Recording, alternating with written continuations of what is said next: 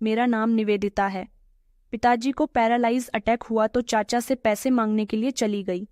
चाचा जी तीर्थ यात्रा से वापस आए थे और अपना नया बंगला बनवा रहे थे, मगर मुझे देखकर उन्होंने मुंह बना लिया और कहने लगे कि बेटी, हमारे घर तो खाने को आटा तक नहीं है, मैं तुम्हारे पिता का इलाज कैसे करवाऊंगा। मैं वहां से रोते हुए वापस आ गई थी। पिताजी का इलाज न होने की वजह से पिताजी की मौत हो गई। मैंने तड़प कर ऊपर वाले से इंसाफ की भीख मांगी थी। चाचा जी का बंगला तैयार हुआ तो चाचा जी ने सबको अपने घर पर इनवाइट किया था। मैं भी वहां चली गई थी, लेकिन बंगले में कदम रखते ही मेरा कलेजा मुंह को आ गया था, क्योंकि वहां पर तो चाचा जी ने मेरा जन्म मेरे पिता की शादी के कई साल के बाद हुआ था। मेरे पिताजी अपने 3 बहन भाइयों में सबसे बड़े थे। मेरे पिताजी से छोटे मेरे चाचा और उनसे छोटी एक बुआ जी थी। घर की सारी जिम्मेदारी मेरे पिताजी पर ही थी। चाचा जी तो कोई काम नहीं करते थे, वो सख्त स्वभाव के थे और घर में चौधरी बनकर रहते थे। मेरे चाचा जी अगर किसी बात पर गुस्सा करते तो मेरे पिताजी उनके सामने खामोश खड़े रहते थे। किसी ने कभी नहीं पूछा था कि जो इंसान दिन रात मेहनत कर रहा है वो इतना खामोश क्यों है। चाचा जी छोटे होकर भी पिताजी को हुक्म दिया करते थे कि कल बाजार से बच्चों के लिए कपड़े लेकर आने हैं और स्कूल की फीस भी देनी है। चाचा जी हर हफ्ते फरमाइशों की एक लंबी लिस्ट मेरे पिताजी को थमा दिया करते थे। और मेरे पिताजी इनकार नहीं कर पाते थे। बुआ जी का अंदाज थोड़ा अलग था। वो रोज नहीं तो हर दूसरे तीसरे दिन हमारे घर जरूर आती थी, अपने बच्चों को लेकर रोते हुए, कभी गुस्से में कभी हंसते हुए, और कहती थी कि भैया, मेरे पति ने मुझ पर हाथ उठाया है, बच्चों को 2 दिन से कुछ खाने पीने को नहीं मिला। पिताजी की आंखों में हमदर्दी आ जाती थी। वो उन पर तरस किया करते थे और जो कुछ होता था वो उनके हाथ में थमा दिया करते थे। मैं ये सब देखती रहती थी, लेकिन कुछ नहीं कहती थी। पहले तो उन्होंने रोकने की काफी कोशिश की थी, फिर जब वो चुप हो गई तो मैं बचपन से देखती आ रही थी कि मेरे पिताजी अपने बहन भाइयों की खातिर सब कुछ कुर्बान करते रहे थे। ना उन्होंने कोई नखरा दिखाया था, न कभी किसी से ऊंची आवाज में बात की थी। वो सब का बोझ अपने कंधों पर उठाते चले आ रहे थे। मेरी बुआ जी जब हमारे घर आई थीं तो माँ के काम में कमियां निकाला करती थी। कहती थी कि तुमने खाना कैसा बनाया है, तुम्हें कुछ आता भी है या नहीं, मेरे भैया को तुमने कभी चाय भी ठीक से बनाकर नहीं दी होगी। मेरी माँ खामोशी से उनकी बातें बर्दाश्त करती रहती थी। मैं छोटी थी, कुछ समझ नहीं पाती थी कि ऐसा क्यों हो रहा है, लेकिन वक्त के साथ यह सवाल मेरे अंदर जम गया था। हमारे घर में मेरी माँ अक्सर खामोश रहती थी, दिन भर खामोशी, और रात को कुछ अजीब सी हरकतें करती थी। कभी पानी में हाथ रखकर बैठ जाती थी तो कभी खामोशी से छत को देखती रहती थी, और मेरे पिताजी वह बस सब कुछ देखते रहते थे। कोई सवाल नहीं करते थे, कोई शिकायत नहीं करते थे। एक दिन माँ ने पिताजी से चीख कर कहा कि तुम किसी से कुछ कहते क्यों नहीं हो, ये सब तुम्हारी आंखों के सामने होता रहता है। पिताजी ने उनसे बस एक शब्द कहा कि मेरे अपने हैं, मैं इन्हें कोई तकलीफ नहीं दे सकता, भला मैं इन्हें तकलीफ में कैसे छोड़ दूं। मुझे अपने पिताजी की कुर्बानियां दिन ब दिन महसूस होने लगी थीं। वह खुद नए कपड़े नहीं पहनते थे, लेकिन चाचा के बेटे के लिए जूते जरूर लेकर आते थे और कपड़े भी खरीद कर लाया करते थे। घर में अगर एक वक्त का खाना बना होता तो पिताजी कहते कि पहले बच्चों को खिला दो। मैंने तो दोपहर में ही खाना ज्यादा खा लिया था, लेकिन मैं जानती थी कि वह झूठ बोल रहे होते हैं। पिताजी ने सब कुछ बनाया था, जमीन, दुकानें, पैसा, लेकिन उन्होंने अपना सब कुछ अपने बहन भाइयों में बांट दिया था। एक बार मैंने पिताजी से पूछा कि पिताजी, आपने सबको अपना सब कुछ क्यों दे दिया। वो मुस्कुराकर कहने लगे कि बेटी, ये सब तो ऊपर वाले की देन है, मैं अकेला कैसे रख सकता हूँ।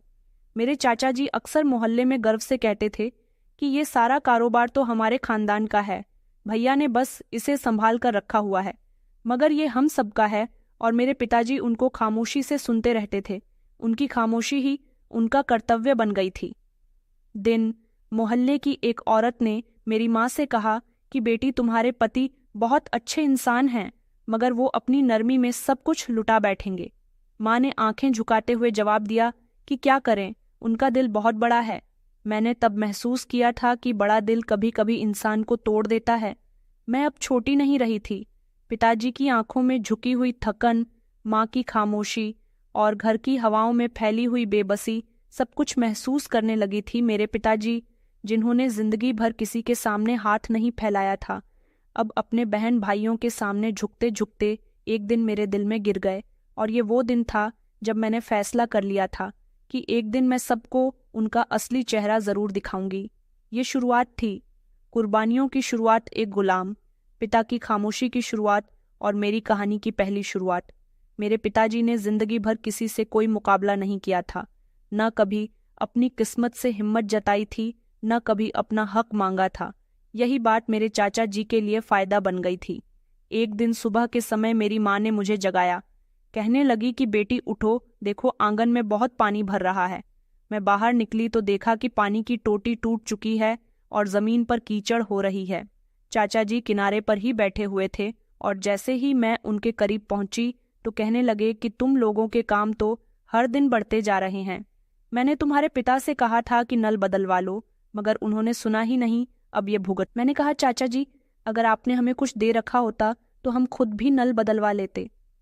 वो हंसने लगे और कहने लगे कि अच्छा, बहुत जबान चलाने लग गई हो, बस अपने पिता पर ही गई हो।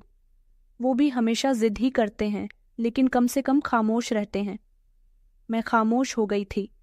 जवाब देने पर हक शायद उस समय मेरे पास नहीं था। माँ दिन ब दिन अजीब सी होने लगी थी। कभी दरवाजे की कुंडी खोलकर बस खामोशी से बैठ जाती थी, कभी आंगन में आकर बर्तनों को भी मकसद घुमाती रहती थी। मैं उनके करीब जाकर कहती थी कि माँ, तुम ये क्या कर रही हो? वो चौंक जाती थी और कहती थी कि कुछ नहीं, बस याद नहीं कि क्या लेने आई थी। मैंने देखा कि उनके बाल खुले रहने लगे थे और वो अक्सर दिन के समय भी सोती रहती थीं। शायद वो अब इन सब बातों से थक चुकी थी। इसी हफ्ते एक दिन चाचा की बेटी की बर्थडे का फंक्शन रखा गया था। घर में सब ने फंक्शन की तैयारी की थी, लेकिन ना मुझे बुलाया गया था और ना ही मेरी माँ को। एक ही घर में रहते हुए हम अपने कमरे में बैठे रहे थे। रात गए। जब शोर खत्म हुआ और बर्तनों की खनकानाहट बंद हुई तो माँ ने कहा कि हम इस घर में होते हुए भी गैर हैं। मैंने उनका हाथ थाम लिया था और कहा कि माँ, एक दिन ये सब कुछ खत्म हो जाएगा। अगले दिन चाची जी ने माँ पर बर्तन सही से ना धोने का ताना दिया। कहने लगीं कि देखो प्लेट कितनी गंदी हो रही है, जैसे किसी अंधे ने ढोई हूँ।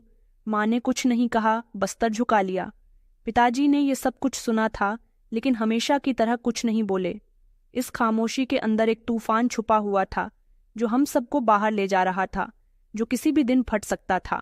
और मैं बस हर दिन इन दरारों को बढ़ता हुआ देख रही थी। माँ की हालत दिन ब दिन बिगड़ती जा रही थी और घर का माहौल जैसे रोजाना थोड़ा थोड़ा मर रहा था। एक दिन सुबह चाचा जी ने आंगन में सबके सामने ऐलान किया कि मैं इस घर में और नहीं रह सकता। यह घर मुझे रास नहीं आता। हर समय शोर शराबा होता है और भाभी की बातें हमसे बर्दाश्त नहीं होती। अब मेरे पिताजी ने उनके शब्दों को सुना था और सिर्फ इतना कहा था कि ठीक है, तुम अलग हो जाओ, मैं कुछ बंदोबस्त कर दूंगा। चाची फौरन से बोल पड़ी। कहने लगी कि हमें किसी पुराने मोहल्ले में मत भेज देना, हमें भी इसी स्टैंडर्ड का घर चाहिए जो ये है। चाचा जी ने जोर दिया था कि हाँ हाँ भैया, मेरे बच्चों का क्या कसूर है, वो भी तो इसी घर में पले पड़े हैं, उन्हें भी अच्छे घर की ख्वाहिश है। पिताजी ने सर हिला दिया, जैसे वो जानते थे कि इनकार की कोई गुंजाइश नहीं। वो कई दिनों तक दुकान के बाद रात देर तक बाहर रहने लगे थे। कभी किसी बिल्डर से बात करते थे, कभी किसी मजदूर को बुलाकर नक्शे दिखाते थे। महीनों की मेहनत के बाद एक छोटा सा साफ सुथरा घर चाचा जी के लिए मेरे पिताजी ने तैयार करवा दिया था। वो दिन आया जब चाचा जी के परिवार ने खुशी खुशी अपना सामान पैक किया और फिर अलग हो गए। मैं समझ रही थी कि शायद अब सुकून मिल जाएगा, लेकिन जो खामोशी घर में फैल गई थी वह और ज्यादा भारी हो गई थी। एक दिन माँ ने मुझे रोकते हुए कहा कि तुम्हारे पिताजी का ब्लड प्रेशर काफी दिनों से बढ़ा हुआ है। दवाई लेने के लिए कहती हूँ तो वो मुझे साफ इनकार कर देते हैं। तुम ही उनसे कहो कि दवाई ले लें। मैं पिताजी के पास गई और पिताजी से कहा कि पिताजी, आपको दवाई की जरूरत है, चलिए मैं आपको डॉक्टर के पास लेकर चलती हूँ। उन्होंने मुस्कुराकर मेरी तरफ देखा और कहने लगे कि बेटी, तुम्हारे चाचा जी ये नहीं समझते कि मैं उनके हिसाब से बराबर कर रहा हूँ, रहने दो बेटी, ऊपर वाला बेहतर करेगा। मैं हैरान रह गई थी कि पिताजी के लिए उनका भाई इतना जरूरी था कि वो अपनी सेहत को भी कुर्बान कर रहे थे। उस दिन पहली बार मेरे दिल में अपने पिताजी के लिए कुछ और महसूस हुआ था। वो मोहब्बत नहीं थी, बल्कि वो तरस भी नहीं था। शायद कुछ और था, एक किस्म का दुख जिसे मैं बयान नहीं कर सकती थी। उसी हफ्ते एक इंसान पिताजी के साथ आया। वो जमीनों की कागजी कार्यवाही करने वाला आदमी था। मैंने उनको कमरे में बैठे देखा। कागजात फैलाए हुए पिताजी कुछ लिख रहे थे। शाम को माँ ने पूछा कि ये सब क्या था। पिताजी ने कहा कि बस बंटवारा कर रहा हूँ, सबका हिस्सा देना चाहता हूँ। माँ ने हैरानी से पूछा कि तुमने सब कुछ अपनी मेहनत से बनाया है, कौन सा तुम्हारे पिता का कुछ छोड़ा हुआ है जो तुम बांट रहे हो? पिताजी ने नजर चुरा ली और कहा कि वो मेरे अपने हैं, उन्हें नहीं दूंगा तो फिर उन्हें कौन समझेगा। कुछ दिन के बाद चाचा जी आए और कहने लगे कि भैया, ये पुरानी जमीन जो हमारे नाम नहीं थी, उसका भी हिस्सा हमें दे दो। बच्चों की पढ़ाई के लिए जमीन है।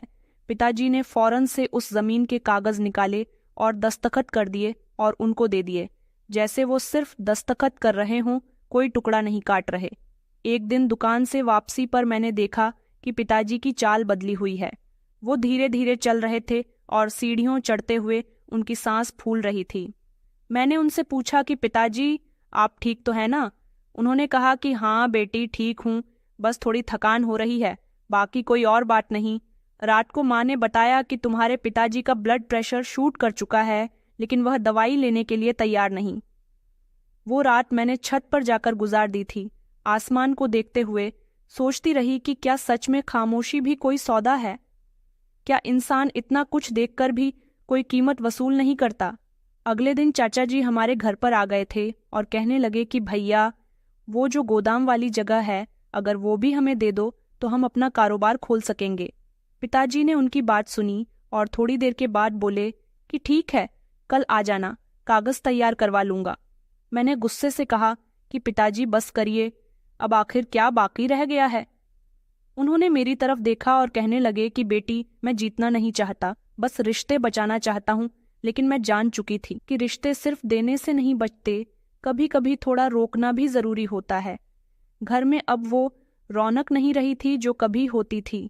माँ अक्सर खिड़की के पास बैठ जाती थी और बाहर गली को तकते तकते सो जाती थी।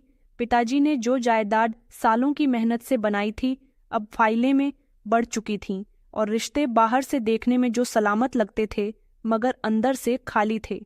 हर चीज खत्म हो चुकी थी, लेकिन परेशानियां खत्म नहीं हो रही थीं।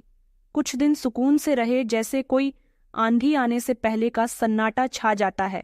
चाचा जी अपने नए घर में थे, लेकिन रोजाना किसी न किसी बहाने से हमारे आंगन में आ धमकते थे, कभी पानी मांगने के लिए, कभी माँ से पुरानी बातें पूछने और कभी सिर्फ पिताजी पर नजर रखने के लिए। एक दिन सुबह में मैं माँ को दवाई देने के बाद आंगन में झाड़ू दे रही थी कि बुआ जी आ गईं। दरवाज़ा खोला तो वो बिना इजाज़त अंदर आई। उनके पीछे उनकी बड़ी बेटी भी थी। उन्होंने आते ही पूछा कि भैया कहाँ हैं? मैंने अंदर की तरफ इशारा किया कि वो अंदर आराम कर रहे हैं। वो तेज कदमों से अंदर चली गई थी। दरवाजे की आड़ से मैंने देखा था, वो सीधा पिताजी के पलंग के पास गई और कहने लगी कि भैया, हमें बात करनी है। अब आप हमसे भी कुछ छुपा नहीं सकते। हमें पता है कि आपके पास अभी भी 2 जमीनें और बची हुई हैं जो आपने किसी को नहीं बताई। पिताजी ने करवट ली, हल्की आवाज में कहने लगे कि वो जमीन तो मेरी बेटी के लिए है। बुआ जी ने गुस्से से पैर मारा और कहने लगी कि क्या मतलब है तुम्हारा, कि हम तुम्हारे सगे भाई बहन नहीं हैं क्या? क्या हमने तुम्हारे साथ जिंदगी नहीं गुजारी? तुमने तो हमेशा हमें कुछ न कुछ दिया, अभी भी दे दो, ये हमारा हक है। उनकी आवाज बुलंद होती जा रही थी। मैं कमरे के दरवाजे पर पहुंच चुकी थी। बुआ जी से कहा कि बुआ जी, पिताजी की तबीयत ठीक नहीं है, आप इस बारे में बाद में बात कर लेना। उन्होंने मुझे घूर कर देखा और कहने लगी, तो ये अब लड़की हमें समझाएगी? आखिर तुम लोग अपने आप को समझते क्या हो? अभी बात खत्म नहीं हुई थी कि चाचा जी भी आ गए थे। शायद बुआ जी ने उन्हें बुला लिया था। वो अंदर आते ही कहने लगे कि भैया, सीधी बात करो, तुम्हारे पास जो जमीन बची है वो हमें चाहिए बराबर का हिस्सा। इस बार पिताजी ने आंखें बंद कर ली थीं। उनका चेहरा पीला हो चुका था, लेकिन चाचा जी रुके नहीं थे।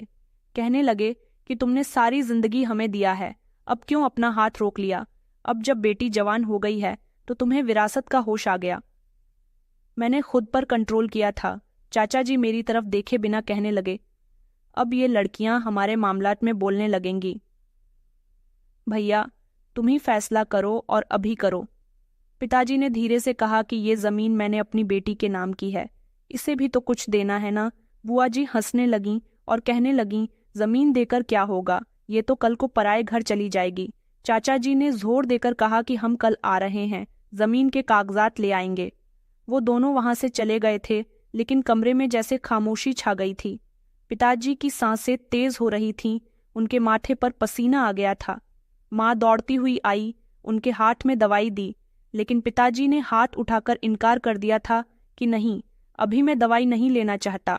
मैंने पानी का गिलास दिया और तकिया सीधा कर दिया, लेकिन पिताजी की हालत वैसी नहीं थी जैसा हर दिन होती थी। वो कुछ कहने के काबिल नहीं रहे थे। शाम तक उनकी तबीयत कुछ संभली, लेकिन उनका चेहरा बुझा हुआ था। उन्होंने मुझे अपने पास बुलाकर धीरे से कहा कि बेटी, कभी किसी को मत बताना कि घर के मर्द भी रो सकते हैं। मैंने उनका हाथ पकड़ लिया। मेरे अंदर जैसे पत्थर का एहसास बैठ चुका था। अगले दिन चाचा जी सच में आ गए थे। उनके हाथ में कागजात और साथ में एक वकील भी था। उन्होंने कहा कि भैया, बस इस पर दस्तखत कर दो ताकि बाद में कोई परेशानी ना हो। पिताजी ने कागजात को देखा और धीरे से कहा कि कुछ दिन और दे दो, मैं सोच लूंगा। चाचा जी गुस्से से खड़े हो गए। कहने लगे कि ऐसा तो हमने कभी सोचा ही नहीं था कि तुम इनकार कर दोगे। तुम तो वही हो ना जो हमारी हर बात मानते थे। अब बदल गए हो बुआ जी। पीछे से कहने लगी कि बदलेंगे क्यों नहीं बेटी, जो जवान हो गई है इसे दहेज भी तो देना चाहिए ना, सोना भी, जमीन भी। पिताजी अभी कुछ कहने ही वाले थे, लेकिन मेरी बर्दाश्त अब खत्म हो चुकी थी। मैंने कहा, बुआ जी, पिताजी ने आप लोगों को जिंदगी भर दिया है। अगर वो अपने लिए या मेरे लिए कुछ रखना चाहते हैं तो ये आपको क्यों चुभ रहा है? बुआ जी ने तेज शब्दों में कहा, जुबान बहुत लंबी हो गई है तुम्हारी, इसलिए कहते थे कि बेटियों को इतना आगे मत बढ़ाओ। चाचा जी ने आखिरी बार कहा कि भैया, हम तुम्हें कुछ वक्त दे रहे हैं, लेकिन ज्यादा नहीं। उस दिन के बाद पिताजी की तबीयत और बिगड़ गई थी। वो बिस्तर पर ज्यादा वक्त गुजारने लगे थे, खाने में दिल नहीं लगता था, दवाई से भी इनकार कर देते थे और दिन भर खिड़की की तरफ खामोशी से देखते रहते थे। माँ बार बार कहती थी कि ये सब उस दिन की लड़ाई का असर है। मैं हर रोज उनकी तबीयत का उतार चढ़ाव देखती थी और समझ जाती थी कि वो शारीरिक तौर पर नहीं बल्कि अंदर से तो उठ रहे हैं। सुबह का समय था और मैं किचन में नाश्ता तैयार कर रही थी। पिताजी रोज की तरह आंगन में बैठे थे। मैंने दूध गर्म करने के बाद उनके लिए चाय रखी और वापस अंदर आ गई। कुछ लंबे बाद एक जोरदार आवाज आई, जैसे कोई चीज गिरी हो। मैं दौड़कर बाहर गई तो देखा पिताजी जमीन पर गिरे हुए थे। उनका शरीर रकड़ा हुआ था, एक तरफ का हाथ भी जान था और चेहरा टेढ़ा सा हो गया था। मैं चीखी। पिताजी और माँ भी भागकर आई थीं। पिताजी कुछ बोलने की कोशिश कर रहे थे, लेकिन जुबान साथ नहीं दे रही थी। मैंने फौरन पड़ोस के अंकल को आवाज लगाई, जो दौड़ते हुए आए थे। उन्होंने पिताजी की नब्ज चेक की और कहा कि इन्हें फौरन अस्पताल लेकर जाओ, लगता है कि पैरालाइज का अटैक हुआ। हम उन्हें रिक्शा में बैठाकर करीब के अस्पताल ले गए थे। वो सारे रास्ते हमें देखते रहे, लेकिन कुछ बोल नहीं सके। उनकी आंखों में ऐसी बेबसी थी जो शायद किसी बेटी से देखी नहीं जाए। अस्पताल में डॉक्टर ने चेकअप के बाद बताया कि उनकी दिमाग की एक साइड पैरालाइज की चपेट में आ चुकी है। बोलने और चलने फिरने की हालत फिलहाल अभी नहीं है। फौरन इलाज शुरू करना होगा, वरना और ज्यादा नुकसान हो सकता है। वो सारे रास्ते हमें देखते रहे, लेकिन कुछ बोल नहीं सके। उनकी आंखों में ऐसी बेबसी थी जो शायद किसी बेटी से देखी नहीं जाए। अस्पताल में डॉक्टर ने चेकअप के बाद बताया कि उनकी दिमाग की एक साइड पैरालाइज की चपेट में आ चुकी है। बोलने और चलने फिरने की हालत फिलहाल अभी नहीं है। फौरन ही इलाज शुरू करना होगा, वरना और नुकसान हो सकता है। माँ ने रोते हुए कहा कि डॉक्टर साहब, जो भी जरूरी हो करिए, हमें बस इन्हें बचाना है। पिताजी को वार्ड में भर्ती कर दिया गया था। मैंने चाचा जी को फोन लगाया था, फिर बुआ जी को खबर दी थी। दोनों ने कहा था कि हम देखते हैं, आना हुआ तो आ जाएंगे, लेकिन 3 दिन गुजर गए थे। किसी ने भी दरवाजा नहीं खटखटाया था। हर दिन अस्पताल में एक नई आजमाइश थी। कभी दवाई खत्म हो जाती थी तो कभी छोटी मोटी चीज बेचनी पड़ जाती थी, लेकिन पिताजी की दवाई रुकने नहीं दी। पिताजी को एक तरफ का शरीर बेकार हो चुका था, ना हाथ हिलता था और ना ही पैर। एक दिन पिताजी ने हाथ के इशारे से मुझे बुलाया। उनकी उंगली दरवाजे की तरफ उठी जैसे किसी का इंतजार हो। मैं समझी कि शायद चाचा या बुआ जी की बात कर रहे हैं। मैंने धीरे से कहा कि पिताजी अभी तक कोई नहीं आया है। उनकी आंखों में एक नमी सी तैरने लगी थी, जैसे अंदर कुछ टूट रहा हो। मैंने उनका हाथ पकड़ लिया था। मैंने कहा, पिताजी मैं हूं ना, बस आप जल्दी से ठीक हो जाइए। डॉक्टर ने 3 दिन बाद हमें इजाजत दी थी कि हम पिताजी को घर ले जा सकते हैं, लेकिन इलाज जारी रखना होगा। हम उन्हें घर पर ले आए थे, वही घर, वही दरवाजा, सब कुछ वैसा का वैसा ही था। सिर्फ पिताजी वो नहीं रहे थे जैसे हुआ करते थे। पिताजी का अलग से कमरा तैयार किया गया था। उनके बेड के पास दवाई, पानी, कपड़े, सब कुछ ठीक से रखा गया था। मैं उन्हें हर समय साफ रखती, वक्त पर दवाई देने और उनके इशारे समझने को ही अपना काम बना लिया था। एक दिन मैंने पूछा, पिताजी कोई बात है जो आप कहना चाहते हैं? उन्होंने सिर हिला दिया। मैंने कॉपी और पेन निकाल ली थी और उनकी आंखों में देखा। वो धीरे धीरे उंगली से कुछ लिखने लगे। 2 शब्द की माफ करना। मेरी आंखों से आंसू गिरने लगे। मैंने कहा, पिताजी आपको किस बात की माफी मांगनी है? आपने तो किसी का भी हक नहीं खाया। उन्होंने पलक झुकाकर आंखें बंद कर ली थीं, जैसे वो आगे कुछ कहना चाहते हों। इस दौरान चाचा के बेटे की शादी की तैयारी चल रही थी। मोहल्ले में शोर गूंज रहे थे, लाइटिंग लग रही थी। हमारे घर में खामोशी थी। माँ ने एक बार कहा कि देखो, वो हमारे आंखन के पीछे लाइट लगा रहे हैं, लेकिन एक बार भी आकर नहीं पूछा कि भाई कैसे हैं। मैंने कुछ नहीं कहा। कुछ बातें सिर्फ खामोशी से सुनी जाती हैं। अब जिंदगी का हर दिन उनके इशारों, प्रार्थना और यादों के साये में गुजरने लगा था। मैं जो कभी उनके साये में जीती थी, अब उनका साया बन चुकी थी। पिताजी को बिस्तर पर गए हुए कई हफ्ते गुजर चुके थे और उनकी आंखों में अब वो भीगे हुए सवाल भी कम होते जा रहे थे, जैसे वो अब हर चीज से अपना संबंध तोड़ रहे हों। हम उनकी पूरी तरह से सेवा कर रहे थे, लेकिन हमारी जिंदगी बस इन्हीं के इर्द गिर्द घूमने लगी थी। उनकी दवाइयाँ, उनकी पट्टियाँ, उनका परहेज का खाना और रोज का खर्च, सब कुछ अब किसी कमाई के बिना चल रहा था। हम पर मुसीबत आन पड़ी थी।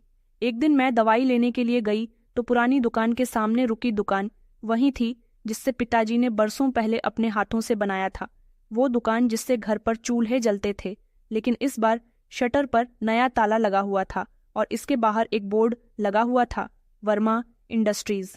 मैं गोदाम में कुछ लम्हे खड़ी रही, फिर अंदर झांकने की कोशिश की। अंदर कुछ लोग माल उतार रहे थे। मैंने उनमें से एक मजदूर से पूछा कि ये दुकान कब गोदाम बनी है? उसने कहा कि मैडम, ये तो सुनील वर्मा जी की प्रॉपर्टी है, 2 हफ्ते हो गए, रोज सामान आता है। मेरा दिल बहुत दुखा था। सुनील वर्मा यानी मेरे चाचा जी। मैं सीधे घर लौट आई थी और माँ को बताया तो वो सुनकर खामोश हो गई थी। फिर कहने लगी कि मैंने कुछ दिन पहले सुना था कि वो किसी नए कारोबार की बात कर रहे थे। मैंने कहा, माँ लेकिन वो दुकान तो पिताजी की थी। माँ ने कहा कि बेटी अब नहीं रही है। उसी दिन शाम को मैंने चाचा के घर जाने का फैसला कर लिया था। दरवाजे पर दस्तक हुई तो चाची जी ने दरवाज़ा खोला। मैं अंदर गई तो चाचा अपने स्टडी रूम में बैठे हुए थे। मैंने कहा, चाचा जी मुझे आपसे कुछ बात करनी है। उन्होंने नज़र उठाकर मेरी तरफ देखा और कहने लगे, कहो क्या परेशानी है? मैंने कहा, वो जो दुकान थी वो मेरे पिताजी की थी, लेकिन अब वो गोदाम बन चुकी है। चाचा कहने लगे, तो अब तुम ये हिसाब किताब रखने लग गई हो। मैंने कहा, चाचा जी वो दुकान हमारी रोजी रोटी का सहारा थी, पिताजी की प्रॉपर्टी थी। चाचा जी कुर्सी से उठे, फिर मुझसे मुंह फेर लिया। हंसते हुए कहने लगे कि देखो निवेदिता, तुम लड़की हो और लड़कियां इन कामों में नहीं बोलती। तुम अपने पिताजी का इलाज कराओ, हम अपना बिजनेस संभाल रहे हैं। मैंने कहा, मैं सिर्फ इतना चाहती हूँ कि जो हमारा हक है वह हमें वापस दिया जाए। उन्होंने कहा कि तुम्हारे पिताजी ने अपना हिस्सा खुद दिया है, मुझे दुकान दी थी और अपनी खुशी से दी थी। तुम जानती हो कि बड़े भाई का क्या फर्ज होता है। मैंने कहा, तो फिर मुझे इस बात का कोई ना कोई सबूत चाहिए, कोई कागज, कोई। उन्होंने कहा, तुम मुझसे सबूत मांग रही हो? तुम एक लड़की हो और तुम्हारे जैसे लोग सिर्फ सवाल कर सकते हैं, फैसले नहीं। मैंने कहा कि अब वक्त बदल चुका है। मैं लड़की हूँ लेकिन कमजोर नहीं। चाचा जी हंसते हुए मुझे देखने लगे, कहने लगे कि तुम्हें भी देख लेंगे, जाओ और अपने पिता की सेवा करो। बिजनेस की दुनिया तुम जैसे लोगों के लिए नहीं है। मैं चुपचाप वापस आ गई थी। मैंने फैसला कर लिया था कि अब कानूनी मदद ली जाएगी। माँ को बताया तो वो थोड़ा घबरा गई थी। उन्होंने कहा कि बेटी, दुश्मनी मोल लेना आसान नहीं होगा। मैंने कहा, माँ, ये दुश्मनी हमारा हक है और अगर हम अब खामोश रहे तो कुछ नहीं बचेगा। मैं मोहल्ले के एक वकील के पास गई, उनको सारी कंडीशन के बारे में बताया और ज़मीन जायदाद के कागजात दिखाए। उन्होंने ध्यान से देखा, फिर कहा, अगर आपके पास असली दस्तावेज है तो आप कानूनी दावा कर सकती है। मैंने पिताजी की पुरानी फाइलें में से काफ़ी कुछ निकाला था, लेकिन कुछ कागजात गायब थे। वकील ने कहा कि ऐसा लगता है कि जानबूझकर रिकॉर्ड से कुछ निकाला गया है, मगर हम तहकीकात कर सकते हैं। उस रात मैं पिताजी के पास बैठी थी, वह छत को देख रहे थे। उनकी आंखों में थकान और चेहरे पर खामोशी थी। मैंने धीरे से उनका हाथ पकड़ लिया और कहा कि पिताजी, मैं सब कुछ वापस लेना चाहती हूँ। उन्होंने नज़र घुमाकर मेरी तरफ देखा और हल्का सा इशारा किया, जैसे पूछ रहे हो क्या। मैंने कहा, जो हमारा हक था, जो आपका सपना था, वो ज़मीन की दुकानें, मैं उनके लिए लड़ना चाहती हूँ। उनकी आंखों में जैसे एक चमक उभर आई थी, जैसे अंदर की रोशनी थोड़ी सी वापस आ गई हो। मैं सुबह से शाम तक पिताजी की देखभाल करती थी, लेकिन इस रोज़ के काम के साथ एक और हकीकत भी सर उठा चुकी थी। गरीबी पहले रोज़ की ज़रूरत से काफ़ी आगे बढ़ चुकी थी। दवाइयों की लिस्ट लंबी हो गई थी और पैसे दिन ब दिन कम थे। पिताजी की बचत अब लगभग खत्म हो चुकी थी और हमारे पास आमदनी का कोई रास्ता नहीं बचा था। माँ ने एक दिन मेरा हाथ पकड़कर कहा कि बेटी, मैंने सोचा है कि मोहल्ले के 2-3 घरों में सफाई का काम पकड़ लूं। सुबह जाकर 2 घंटे काम कराऊंगी। मैंने उनका हाथ पकड़कर कहा कि माँ, आप ऐसा काम नहीं करोगी, मैं कुछ कर लूंगी। उन्होंने कहा कि नहीं, तुम अपने पिताजी को संभालना हो, उनके सारे काम तुम्हें ही देखने होते हैं। मैं बाहर का काम देख लूंगी, हम दोनों मिलकर कुछ ना कुछ चला लेंगे। वो अगले ही दिन सुबह के समय चली गई थी। मैं किचन में बैठकर खाना बना रही थी कि पिताजी ने आंखों से कुछ इशारा किया। मैं उनके करीब गई तो पिताजी दरवाजे की तरफ देख रहे थे। मैं समझ गई थी कि माँ काम पर गई है। पिताजी की आंखों में दुख था, जैसे वो खुद को कसूरवार समझ रहे हों। मैंने उनका हाथ पकड़ लिया था और कहा कि पिताजी, आप फिक्र मत करो, हम सब संभाल लेंगे। मोहल्ले की औरतें जब उनको देखती थीं तो कुछ हमदर्दी, तो कुछ हैरानी, तो कुछ नेगेटिव कमेंट्स दिया करती थीं, लेकिन माँ ने सब चुपचाप बर्दाश्त कर लिया था। वो रोज़ 2 घरों में साफ सफाई का काम करने के लिए चली जाती थी, बर्तन धोती थी और कुछ पैसे लाकर मेरी हथेली पर रख दिया करती थी। कहने लगी कि ये देखो बेटी, आज 200 रुपये ज़्यादा मिली है। मालकिन ने कहा था कि तुम बहुत सफाई से काम करती हो। मेरी माँ के चेहरे पर एक अजीब सी थकान और गर्व दोनों होते थे। मैंने उस दिन एक फैसला किया था कि मैं सिलाई मशीन निकालकर दोबारा काम शुरू करूंगी। पुरानी मशीन जो माँ को दहेज में मिली थी, जो बहुत ही ज़्यादा पुरानी थी, जिसे कई सालों से किसी के पास भी नहीं लगाया था। मैंने उसे साफ किया, तेल डाला और पुराने कपड़ों से शुरुआत की। पहले दिन ही मोहल्ले की गरिमा आंटी मुझे अपनी बेटी के कपड़े सिलने के लिए दे गई थीं, क्योंकि मैंने मोहल्ले की 2-3 औरतों से कह दिया था कि मैंने सिलाई का काम शुरू कर दिया है और मैं बहुत ही अच्छे कपड़े सिलती हूँ। इसलिए धीरे धीरे मेरे पास सिलाई का काम आना शुरू हो गया था।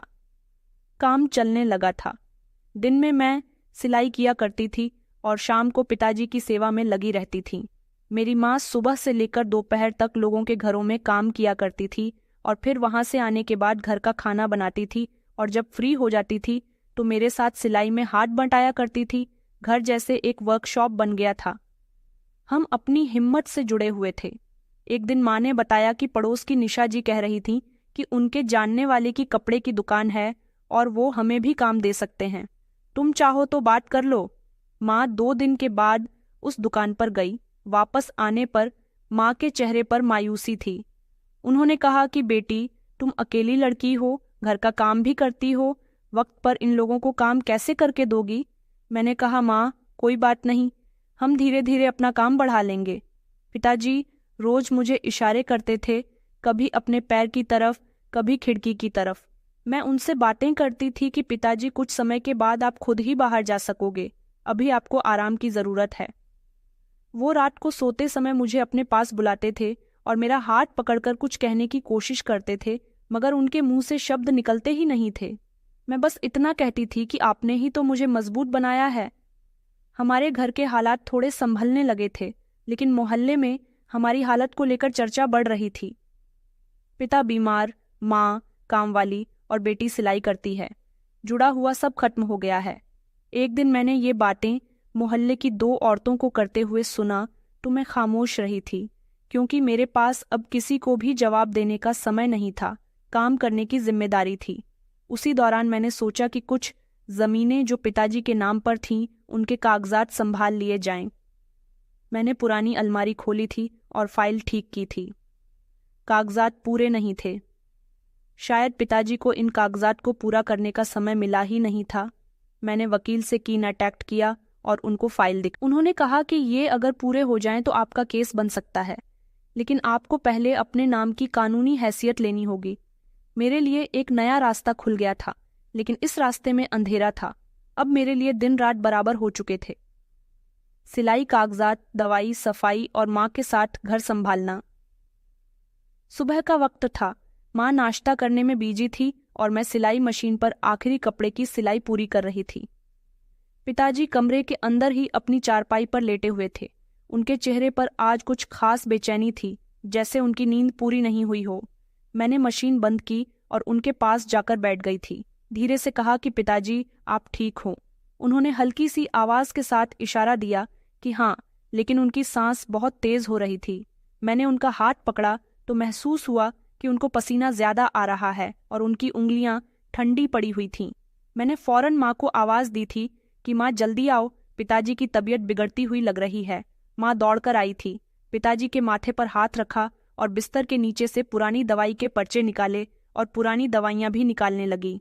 मैंने भी मोबाइल से करीबी क्लिनिक पर फोन किया, जहाँ से हम पहले दवाई लेते थे, लेकिन संडे होने की वजह से वो बंद था। पिताजी का शरीर कांपने लगा था। मैंने पिताजी को पानी पिलाने की कोशिश की थी, लेकिन वो निगल नहीं रहे थे। मैंने माँ से कहा कि माँ, हमें पिताजी को अस्पताल लेकर जाना पड़ेगा, ये मामूली बात नहीं लगती। माँ खामोशी से रोने लगी थी। उन्होंने कहा कि बेटी, पैसे कहाँ से आएंगे? मेरे पर्स में तो सिर्फ 500 रुपये का नोट ही पड़ा हुआ है। मैंने माँ का पर्स खोला और 500 रुपये मेरे पास पड़े हुए थे, जो सिलाई के बचे हुए थे, लेकिन वो किसी एम्बुलेंस या शहर तक जाने के लिए तो काफ़ी थे, मगर अस्पताल पहुंचने के बाद पिताजी के इलाज के लिए भी तो पैसे चाहिए थे। मैंने एक लम्हा सोचा, फिर चाचा जी के घर की तरफ गई, दरवाजे पर दस्तक दी। थोड़ी देर के बाद दरवाज़ा खुला तो चाची सामने आई थी। उनके हाथ में चाय का कप था। चेहरे पर सुबह की हैरानी थी। मुझे देखकर उनके माथे पर बल पड़ गए थे। उन्होंने कहा कि हाँ, क्या बात है, बताओ। मैंने कहा, मुझे चाचा जी से मिलना है जल्दी ही, क्योंकि पिताजी की तबीयत बहुत खराब है, अस्पताल लेकर जाना है। उन्होंने आवाज लगाई, सुनो सुनील, तुम्हारी भतीजी आई है, कह रही है कि तुम्हारे भैया की तबीयत ठीक नहीं है। चाचा अंदर से आए, अच्छे कपड़े पहने हुए थे। ऐसा लग रहा था जैसे कहीं जाने की तैयारी कर रहे हों।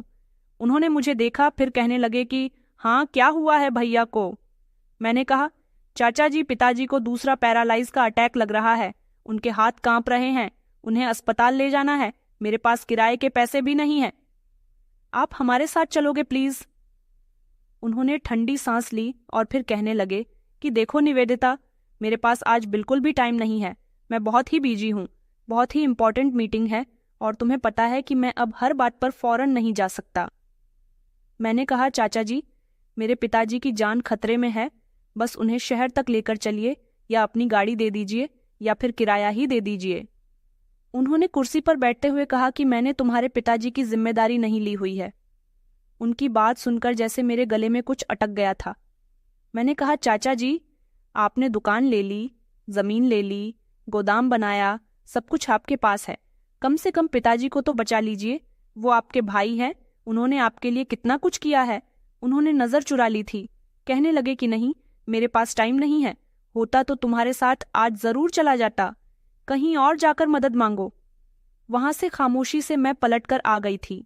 मेरी आंखों से आंसू बह रहे थे, लेकिन अब वक्त रुकने का नहीं था। जैसे तैसे मैं मोहल्ले के एक जानने वाले अंकल के पास रिक्वेस्ट करने के लिए गई। वो मेरे पिताजी को एक छोटे से सरकारी अस्पताल में ले गए थे। डॉक्टर ने मेरे पिताजी का चेकअप किया, फौरन उन्हें एडमिट करने की एडवाइस दी और कहा कि दूसरा पैरालाइज्ड अटैक है और इस बार ज्यादा सीरियस है, इनको इलाज मिलना बहुत जरूरी है। मैं कोने में खड़ी रही, सब देख रही थी। माँ जमीन पर बैठकर रो रही थी, उनकी आंखें बंद थीं। कई घंटे तक पिताजी बेहोश रहे थे। फिर शाम के समय जब उनकी आंख खुली तो उन्होंने मुझे पहचाना भी नहीं था। मैं पिताजी के करीब गई, उनका हाथ पकड़ लिया और उनको बताया कि पिताजी, मैं आपकी बेटी हूँ। निवेदिता, उन्होंने धीरे धीरे आंखें खोलीं। ऐसा लग रहा था जैसे किसी धुंधली सपने से जागे हों, लेकिन बोलने का इशारा करने की हिम्मत नहीं बची थी। रात को अस्पताल के कोने में बैठकर मैंने वो कागज निकाले जो जमीन के मालिक होने का सबूत थे। मैं जानती थी कि वह हाथ से निकल रहा है। पिताजी की आंखों में वह हौसला बाकी नहीं रहा था जो कुछ महीने पहले हुआ करता था। शायद वो इशारों से सब समझा रहे थे, अब सिर्फ दीवारों को देखते रहते थे। मैंने माँ से कहा कि माँ, हमें जल्द ही कुछ करना होगा। पिताजी का वक्त हाथ से निकल रहा है। माँ ने मेरी तरफ देखा और कहने लगी कि बेटी, हम प्रार्थना करने के अलावा कुछ भी नहीं कर सकते, लेकिन कभी कभी प्रार्थनाओं से ज़्यादा दवाओं की ज़रूरत पड़ती है और हमारे पास दवाई के पैसे भी नहीं हैं। वो रात अस्पताल की ठंडी दीवारों की पीठ जैसे बरसों लंबी लग रही थी। मैं प्रार्थना कर रही थी कि कोई तो मेरे पिताजी को बचा ले कि हमने सब कुछ खो दिया है। क्या ये वक्त हमसे रूठ चुका है? अस्पताल की सफ़ेद दीवारें खामोश थीं। डॉक्टर पिताजी की हालत के बारे में कुछ भी नया नहीं बता रहे थे। 2 दिन हो चुके थे। पिताजी को पूरी तरह से होश आए बिना पिताजी की सांस तेज हो रही थी, कभी हल्की हो जाती थी, जैसे वो खुद फैसला नहीं कर पा रहे हों कि जिंदा रहना है या फिर नहीं। उसी रात पिताजी ने एक लम्हे के लिए आंखें खोली थीं। मैं उनके बिल्कुल करीब थी। उन्होंने मेरी तरफ देखा। उनकी आंखों के नीचे काले घेरे हो चुके थे, होंठ हिल रहे थे लेकिन आवाज नहीं निकल रही थी। मैंने सिर झुकाकर कहा कि पिताजी, आप कुछ कहना चाहते हो? उन्होंने धीरे से बोलने की कोशिश की। मैंने जल्दी से पेन और कागज निकाला और उनकी हथेली थाम रखी। उन्होंने थोड़ा सा हाथ को हरकत देने की कोशिश की थी। सिर्फ एक शब्द लिखा कि मुझे माफ कर देना। मैंने अपनी आंखें बंद कर ली थीं और सिर झुका लिया था। मैंने कहा कि नहीं पिताजी, आपने कुछ गलत नहीं किया। आपका जो फर्ज था आपने वही किया। सुबह हुई तो पिताजी की सांसें धीमी हो चुकी थीं। माँ ने पिताजी के सर पर हाथ फेर दिया और उनको तसल्ली देने लगी कि आप ठीक हो जाओगे। मैं जानती हूँ कि आप बहुत थक गए हो, लेकिन ऊपर वाला आपको जल्द ही ठीक कर देगा। इतने में ही मशीन की बीप धीमी हो गई थी। नर्स दौड़ती हुई आई। उसने डॉक्टर को आवाज लगाई। डॉक्टर भी आए और पिताजी को देखने लगे। वक्त जैसे थम गया था। माँ की एक जोरदार चीख निकली थी। मैं माँ के कंधों से लिपट गई क्योंकि मेरे पिताजी जिंदगी की खामोश जंग हार चुके थे जो उन्होंने बरसों पहले लड़ी थी। बिना वास किए, बिना शिकायत किए, बिना बदला लिए अस्पताल के कमरे में सन्नाटा छा गया था। डॉक्टर कुछ लिख रहे थे, नर्स वार्ड में सफाई कर रही थी और हम अपने पिता का शरीर ले जाने की तैयारी कर रहे थे। घर पहुंचे तो करीब के रिश्तेदार जमा होने लगे थे। किसी ने अंतिम संस्कार की तैयारी की तो किसी ने हमें तसल्ली दी। मैंने चाचा जी को फ़ोन मिलाया था, बुआ जी को भी फ़ोन मिलाया था। फ़ोन बजता रहा, किसी ने फ़ोन रिसीव ही नहीं किया था। कोई भी मेरे पिताजी को अस्पताल में बचाने के लिए नहीं आया था। पिताजी के दाह संस्कार के समय चाचा जी और बुआ जी आ गए थे। चेहरे पर ऐसे अफसोस था जैसे उन्हें मेरे पिताजी की बहुत फिक्र थी। बुआ जी की आंखों में तो आंसू थे और एक तरफ खामोशी से खड़ी हुई थी, लेकिन मैं सबके नाटक बहुत अच्छे से जानती थी। घर वापस आकर माँ पहली बार जोर जोर से रोई थी। उनके साथ बैठी रही थी, लेकिन मेरे अंदर जैसे कुछ खत्म हो गया था। वो साधु और वो खामोश नफरत जो अंदर हिलती रहती थी। रात को दरवाज़ा खुला। चाचा जी हमारे घर पर आए थे, उनका बेटा भी उनके साथ था। आंगन में बैठकर कहने लगे कि बस अफसोस करने के लिए आए थे, भैया हमारे लिए सब कुछ थे। माँ ने नज़र झुका ली, में खामोश रहीं। चाचा जी ने कहा कि मैं सोच रहा हूँ अब ये घर तुम लोगों के लिए बहुत बड़ा हो जाएगा। अगर तुम लोग चाहो तो इसमें से आधा हिस्सा हमें दे दो, इसे आधा आधा बांट लेते हैं। ये बात सुनकर मुझे बहुत गुस्सा आया था। मैंने धीरे से कहा कि चाचा जी, अभी तो मेरे पिता की चिता की आग भी ठंडी नहीं हुई और आप फिर से जायदाद की बात करने के लिए आ गए हों। चाचा जी हंसने लगे और कहने लगे, नहीं, तुम गलत समझ रही हो। मेरा मतलब सिर्फ ये था कि कुछ समझदारी से चलो। मैंने उन्हें दरवाजे की तरफ इशारा किया और कहा कि आज के दिन आप यहाँ से चले जाइए। हम खुद समझदार हैं, अपना ख्याल खुद रख सकते हैं, हमें किसी की कोई ज़रूरत नहीं है। चाचा जी पलटे। कुछ नहीं बोले। उनका बेटा पीछे पीछे था, नज़र झुकाए हुए। बुआ जी अगले दिन आईं और माँ से लिपट कर रोने लगी। कहने लगी कि भाभी, मेरे भैया चले गए, हमें अकेला छोड़ गए। माँ ने उन्हें कोई जवाब नहीं दिया था, वो बस सर झुकाकर बैठी रही थी। बुआ जी कहने लगी कि सुनो भाभी, जो पुरानी ज़मीनें हैं ना, जो शहर में है, अगर तुम चाहो तो वो हम सब लोग बांट लेते हैं, ताकि कोई झगड़ा ना हो। माँ ने सर उठाकर मेरी तरफ देखा। मैंने जवाब दिया, बस ज़मीन की बात करने के लिए आई हो, और जिस ज़मीन की बात आप कर रही हो वो मेरे पिताजी के नाम की थी। उसके कागज़ हमारे पास है। अगर आपको शक है तो आप अदालत जा सकती हो। यहाँ से तो अब आपको कुछ नहीं मिलेगा। बुआ जी खामोश हो गई थीं, कुछ देर बैठी रही, फिर उठकर चली गई थी। पिताजी की यादें घर की दीवारों से झांकने लगी थीं। उनके कपड़े, उनके आखिरी दिनों की दवाइयाँ, सब कुछ वैसा का वैसा ही था, लेकिन पिताजी नहीं थे। मेरे अंदर एक फैसला अटल हो चुका था कि अब मैं किसी को भी नहीं छोड़ूंगी। जमीन, दुकान, घर जो भी था, अब वो सिर्फ हमारा था, और पिताजी की आखिरी सांस ने मुझे एक नई लड़ाई के लिए तैयार कर दिया था। पिताजी के जाने के बाद जैसे हमारी जिंदगी एक नए मोड़ पर आ गई थी। आंगन की दीवारों पर अब उनकी परछाइयां बाकी थीं, और कमरे की हर दीवार पर जैसे उनकी खामोश मौजूदगी का एहसास होता था। माँ चुप चुप सी रहने लगी थी, और मैं दिन में भी बीजी रहने की कोशिश करती थी, ताकि रात आसान गुजरे। कई दिन गुजर गए थे, सब कुछ एक मामूल की तरह चल रहा था। चाचा और बुआ जी का कोई अता पता नहीं था। उस रात माँ सो चुकी थी, और मैं छत पर बैठी मोबाइल की टॉर्च से सिलाई के कुछ कपड़े पूरे कर रही थी। आसमान साफ था, तारे चमक रहे थे, लेकिन मेरे अंदर जैसे बेसुकुनी थी जो मुझे सोने नहीं दे रही थी। फिर मैं कमरे में आई। तक के नीचे पिताजी का पुराना रुमाल रखा हुआ था, जिस पर उन्होंने कभी मेरा नाम कढ़ाई से करवाया था। मैं उसे अपने सीने से लगाकर सो गई थी। रात के किसी पल सपना आया। पिताजी मेरे सामने खड़े हुए थे, और उनके चेहरे पर वही नरमी थी जिसको मैं अच्छी तरह से जानती थी। उन्होंने मेरी तरफ देखा और धीरे से कहने लगे कि बेटी, ऊपर वाला इंसाफ जरूर करता है।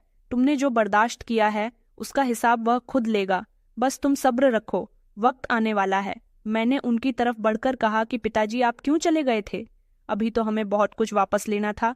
उन्होंने हल्की सी मुस्कुराहट के साथ कहा कि हर चीज वक्त पर होती है, और इंसाफ के लम्हे आते ही सच खुद जाहिर हो जाता है। तुम बस अपना दिल सख्त ना होने देना। मैं चौंक कर जाग गई थी। पसीना माथे से बह रहा था, दिल जोर जोर से धड़क रहा था, और कमरे में एक अजीब सी खामोशी छाई हुई थी। सुबह सूरज निकला भी नहीं था कि दरवाजे पर दस्तक हुई। मैंने जल्दी से दरवाजा खोला। मोहल्ले का राजू खड़ा हुआ था। उसके चेहरे पर हवाइयां उड़ी हुई थीं। उसने कहा, निवेदिता दीदी, आपने सुना कि आपके चाचा जी और वेयरहाउस में उस रात आग लग गई थी और गोदाम जल गया था। उनका तो लाखों के माल का नुकसान हो गया। मैंने एक लम्हे को कुछ नहीं कहा। वो बोलता रहा और बताने लगा कि इतना ही नहीं, उनका घर भी जल गया है। आग वहां तक फैल गई थी। उसने कहा कि उनके छोटे 2 बेटों को भी आग ने अपनी चपेट में ले लिया था। मैंने कहा, क्या उनके बेटे जल गए? उसने कहा कि हाँ, उनकी पत्नी बेहोश है। चाचा जी का तो होश ही नहीं है। पता नहीं उनके परिवार के साथ क्या हो रहा है। इतना कहकर वो वहां से चला गया था, और मैं आंगन में बैठी थी। अंदर जाकर मैंने माँ को ये बात बताई तो माँ काफी देर तक खामोश रही थी। उन्होंने कहा कि बेटी, हमें भी चलना चाहिए। मैंने उनकी तरफ देखा। मैंने कहा, माँ, अभी नहीं, वो हमारे लिए सवाल बने हुए हैं। जवाब नहीं। दोपहर तक मोहल्ले भर में एक ही खबर घूम रही थी कि सुनील वर्मा के वेयरहाउस का जल जाना और उनका कारोबार खत्म हो जाना, और 2 जवान बेटों की मौत पर, और 2 जवान बेटों की मौत। हर जुबान पर यही था कि जुल्म का बदला हुआ है। बुआ जी शाम को हमारे घर पर आई थीं। वो दरवाजे पर खड़ी हुई थीं। उनकी आंखों में आंसू थे। कहने लगीं कि निवेदिता, तुमसे एक बात कहनी है। अंदर आ सकती हूँ? मैंने दरवाज़ा खोल दिया था। वो अंदर आ गई। तू जमीन पर बैठकर माँ की तरफ देखने लगी। कहने लगी कि बेटा, जो हुआ वो हमारा अंजाम है। हमने तुम्हारे पिताजी का दिल दुखाया था, तुम दोनों को अकेला छोड़ दिया और अपने लालच में सब कुछ खो दिया। आज हमारा घर भी नहीं रहा। मेरे बेटे भी अपनी पत्नियों के साथ अलग हो गए। मुझे कोई समझने वाला नहीं है। बेटी, मुझे माफ़ कर दो। मैंने तुम लोगों के साथ गलत किया, इसलिए हमारे साथ भी गलत हुआ, और सुनील भी तुमसे माफ़ी मांगना चाहता है। वो अभी होश में नहीं है, लेकिन जो कुछ हुआ है उसने हमें तोड़ दिया है। मैंने माँ की तरफ देखा था जो खामोश बैठी हुई थी और उनसे कहा था कि पिताजी मेरे सपने में आए थे। उन्होंने कहा था कि इंसाफ ज़रूर होगा, बस अपना दिल सख्त मत करना। बुआ जी मेरे पैर पकड़ने की कोशिश कर रही थीं। मैंने जल्दी से उन्हें रोका। बुआ जी नहीं, बुआ जी ऐसा मत करो, हम रिश्ते निभाना चाहते थे, लेकिन आपने उसे कारोबार समझा, अब देर हो चुकी है। वो उठी और जाते हुए कहने लगी कि एक दिन सुनील भी तुमसे माफ़ी मांगने के लिए आएगा, तब भी तुम्हें इतनी ही हिम्मत दिखानी है और उसे भी माफ़ कर देना है। मैंने दरवाज़ा बंद कर दिया था। माँ ने धीरे से कहा कि बेटा, ये वक्त का पलटा है। तुम्हारे पिताजी की आत्मा को अब शांति मिल गई होगी। मैंने कहा कि माँ, पहली बार दिल में किसी बदले के बजाय इंसाफ का सुकून महसूस हुआ। सुबह के वक्त दरवाजे पर दस्तक हुई तो मैंने चौंक कर दरवाज़ा खोला। माँ ने दरवाजे की तरफ देखा और मशीन रोक दी थी। सामने चाचा जी खड़े हुए थे। उनकी आंखों के नीचे सूजन थी, दाढ़ी बड़ी हुई थी, कपड़े गंदे थे, उनका सिर झुका हुआ था। उनके साथ उनका बड़ा बेटा भी था जो खामोशी से नजर झुकाकर खड़ा हुआ था। उनकी आंखों में आज वह घमंड नहीं था जो हमेशा हुआ करता था। उन दोनों ने कहा कि क्या हम अंदर आ सकते हैं, हमें तुमसे कुछ बात करनी है। माँ ने दरवाज़ा खोल दिया था। वो दोनों आंगन में आकर बैठ गए थे। उन दोनों की चेहरे पर मायूसी थी और आंखों में आंसू थे। उन्होंने धीरे से कहा कि आज हम तुमसे माफ़ी मांगने के लिए आए हैं। आज किसी जायदाद का हिसाब नहीं होगा। जो कुछ हमने किया, अगर कोई हमारे साथ करे तो शायद हम जिंदा नहीं होते। माँ खामोश खड़ी रही, सिर्फ सर झुकाकर सुन रही थी। मैं जमीन पर बैठकर कुछ फासले पर थी। चाचा जी से बात जारी रखी। वो कहने लगे कि हमने अपने ही भाई के साथ बहुत बुरा किया। उनकी बीमारी में उनका सहारा नहीं बने, उनकी जिंदगी में उनके दुश्मन बने रहे। उनकी मौत के बाद भी दिल में सख्ती रखी, लेकिन अब ऊपर वाले ने हमें ऐसा दुख दिया है जिसकी कभी माफ़ी भी नहीं हो सकती। चाचा जी के बेटे ने पहली बार सर उठाकर देखा था। कहने लगा कि मेरे भाई जलकर मर गए, हम कुछ नहीं कर सके, वो हमारी आंखों के सामने थे, यही हमारी सज़ा है। माँ की आंखों में आंसू आ गए थे, लेकिन जुबान खामोश थी। चाचा जी ने अपनी जेब से कुछ कागज़ निकाले और कहने लगे कि ये ज़मीन और दुकान के कागज़ है। भैया से मैंने जो कुछ लिया था मैं उसे वापस करने के लिए आया हूँ। सब कुछ तुम्हें दे रहा हूँ। ये मेरे भैया की मेहनत का हक है जो सिर्फ तुम दोनों का है। अब कोई दावा नहीं करेगा। मैंने कागज़ हाथ में लिए और एक एक करके चेक किया। सब कुछ असली हालत में था। वही ज़मीन, वही दुकानें जिस पर इन लोगों ने बरसों से कब्जा कर रखा था। चाचा ने दोनों हाथ जोड़कर कहा कि निवेदिता, हमें माफ़ कर दो। तुम्हारे पिताजी की आत्मा को शायद अब सुकून मिल जाएगा। अगर तुम हमें दिल से माफ़ करोगी तो हमें भी माफ़ी मिल जाएगी। हमें हमारे किए की सज़ा ऊपर वाला दे चुका है। अब हम सिर्फ तुम्हारी माफ़ी चाहते हैं। उन्होंने रो रो कर कहा था कि हमें माफ़ कर दो। मेरी माँ ने कहा कि सुनील, तुम मेरे पति के भाई हो, उन्होंने तुम्हें हमेशा अपना माना था।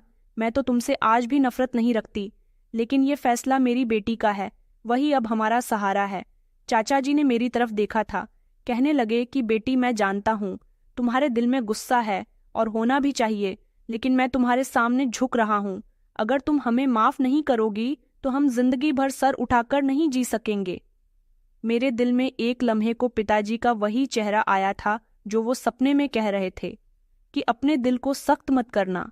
मैंने कागज़ एक तरफ रखे और धीरे से कहा कि चाचा जी, अगर आप ये सब कुछ वक्त पर कर देते तो मेरे पिता की आखिरी सांसें शायद आज आसान हो जाती। मैंने अपनी आंखों से उन्हें तकलीफ में जिस वक्त आपने दरवाज़ा बंद कर दिया था, बुल्मा, मैं कभी नहीं भूल सकती। चाचा जी ने अपनी आंखों पर हाथ रख लिया था और कहने लगे कि मैं जानता हूं कि मैं अपनी भाई की मौत का जिम्मेदार हूं। मैंने गहरी सांस ली और कहा कि मैं आपको माफ़ नहीं कर सकती, अभी नहीं, लेकिन मेरे पिताजी की आत्मा मुझसे यही चाहती है कि मैं आपको माफ़ कर दूं तो शायद कर भी सकूं। अभी मैं सिर्फ इतना कह सकती हूं कि ये कागज़ रख लूं और ये तय कर लूं कि ये सब कुछ मेरा हक है। चाचा जी सर झुकाकर बैठे रहे, फिर धीरे से उठे और कहने लगे कि बेटी, मैं यही प्रार्थना करूंगा कि तुम मुझे माफ़ कर दो। वो दोनों वापस चले गए थे। वो शाम जिंदगी की एक नई शुरुआत जैसी थी। मेरे हाथ अब खाली नहीं थे, न कमज़ोर थे। मैं अपने पिता की सारी जायदाद के इकलौती वारिस थी। अब कोई हमसे यह हक छीन नहीं सकता था। चाचा जी बार बार घर आ रहे थे कि हमें माफ़ कर दो। फिर एक दिन मैंने उन्हें माफ़ कर ही दिया और मेरे दिल का बोझ भी हल्का हो गया था। चाचा जी कहते थे कि मैं जीता हूँ लेकिन मुझे सुकून नहीं मिलता। तुम एक बार माफ़ कर दोगी तो शायद मेरे लिए आसानी हो जाएगी।